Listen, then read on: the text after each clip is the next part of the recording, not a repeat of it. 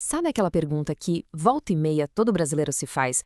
Por que o Brasil, um país com tanta riqueza, tanta cultura, parece que vive empacado, enfrentando um obstáculo atrás do outro para se desenvolver de verdade? Pois é, essa é uma questão antiga. E uma das respostas mais originais e também polêmicas para ela veio de um livro chamado Psicologia do Subdesenvolvimento, escrito pelo diplomata J.O. de Meira Pena. A proposta dele foi ousada: olhar para um lugar que pouca gente olhava, a nossa própria psicologia coletiva. Vamos mergulhar nessa ideia. Para começar, o Meira Pena já chega com essa frase poderosa de Shakespeare. E ela é basicamente o resumo de toda a provocação do livro, né? A ideia central é: e se as causas do nosso atraso não estiverem lá fora, em coisas como imperialismo ou, sei lá, falta de sorte, mas sim aqui dentro, em traços da nossa própria cultura, da nossa psicologia? É um convite para a gente se olhar no espelho. E esse olhar no espelho leva a gente direto para o grande paradoxo brasileiro. Todo mundo já ouviu essa história do gigante adormecido, um país com um potencial absurdo para ser uma potência. Mas, na prática, a gente sabe que o caminho tem sido cheio de tropeços. A obra do Meira Pena, então, é uma tentativa muito corajosa de entender por que esse gigante tem tanta dificuldade de ficar de pé e andar com as próprias pernas. Então, antes de apresentar a teoria dele, o autor faz uma espécie de faxina, sabe? Ele vai limpando o terreno e descartando as desculpas mais comuns que a gente costuma ouvir e até usar. A lógica dele é bem simples. Para a gente achar a causa real de um problema, primeiro a gente precisa parar de se apegar às justificativas mais fáceis.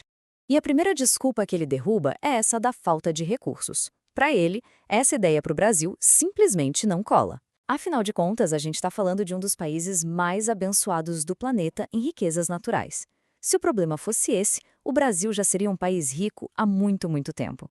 E para provar o ponto dele, ele nos convida a olhar para o mundo. Pensa na Suíça, por exemplo, lá no meio dos Alpes, sem saída para o mar. Ou no Japão, um monte de ilha vulcânica que mal tem recurso. Ou até os Países Baixos, que tiveram que literalmente roubar a terra do mar. Todos eles são países riquíssimos. Isso sugere com muita força que a prosperidade não brota do chão, mas sim da cabeça, da mentalidade de um povo. Agora a análise entra num terreno um pouco mais delicado: a herança colonial. É muito importante entender que o Meira Pena não nega o impacto da colonização de forma alguma. O que ele questiona é se a gente pode usar isso como uma explicação única e definitiva para tudo. Ele argumenta que a história é bem mais complexa. E os exemplos aqui são muito bons para a gente pensar. Temos nações que ficaram ricas sem nunca terem tido colônias, como a Suécia. Temos ex-colônias que viraram potências, tipo o Canadá e a Austrália. Do outro lado, países que quase não foram colonizados e continuam pobres, como a Etiópia. E até o nosso colonizador, Portugal, teve um desenvolvimento mais modesto que outros países da Europa. A conclusão é que essa relação entre ser colônia e ser subdesenvolvido não é uma regra, não é uma sentença. Pois bem, se o problema não é a falta de recursos e não é apenas a herança colonial, onde é que está o X da questão?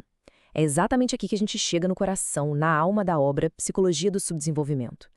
Para o Meira Pena, a resposta está na nossa maneira de ser, de pensar e de se relacionar. Ele propõe um modelo com dois tipos de sociedade. De um lado, a sociedade lógica, que foi o que moveu a Revolução Industrial. Ela é baseada na razão, nas leis impessoais, nos contratos, na busca pela eficiência. O foco é nas coisas, nos fatos. Do outro lado, ele descreve a sociedade erótica.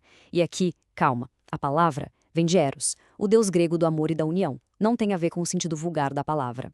Nessa sociedade, o foco está nas pessoas, a base de tudo é o afeto, a emoção, e o que mais se valoriza são os laços pessoais, a cordialidade. O Brasil, segundo ele, seria um exemplo perfeito desse tipo de sociedade. Certo, mas essa teoria toda soa meio abstrata, né? Como é que isso aparece na vida real? É agora que vamos ver como Meira Pena pega esse conceito e usa para pintar um retrato de aspectos bem concretos do Brasil, que talvez muita gente vá reconhecer no dia a dia. O primeiro grande exemplo que o livro analisa é algo que, vamos combinar, todo brasileiro conhece muito, mas muito bem: o Estado e a sua burocracia gigante. E Meira Pena usa uma metáfora muito forte para descrever isso. Só que não é um dinossauro assustador. Ele descreve o Estado brasileiro como uma grande mãe. Pensa numa figura acolhedora, que está ali não para ser eficiente, mas para proteger e amparar seus filhos, que somos nós, os cidadãos.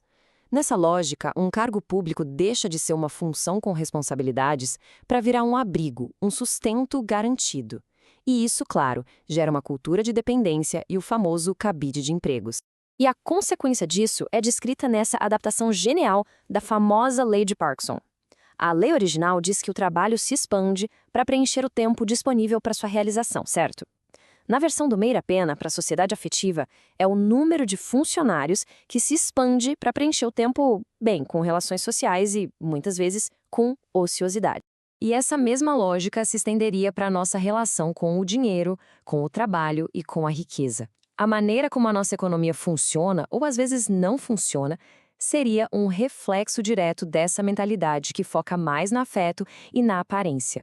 O livro aponta vários traços. Primeiro, um certo desprezo pelo trabalho manual ou comercial, o que ele chama de complexo do gentleman, que valoriza mais o status do que a produção.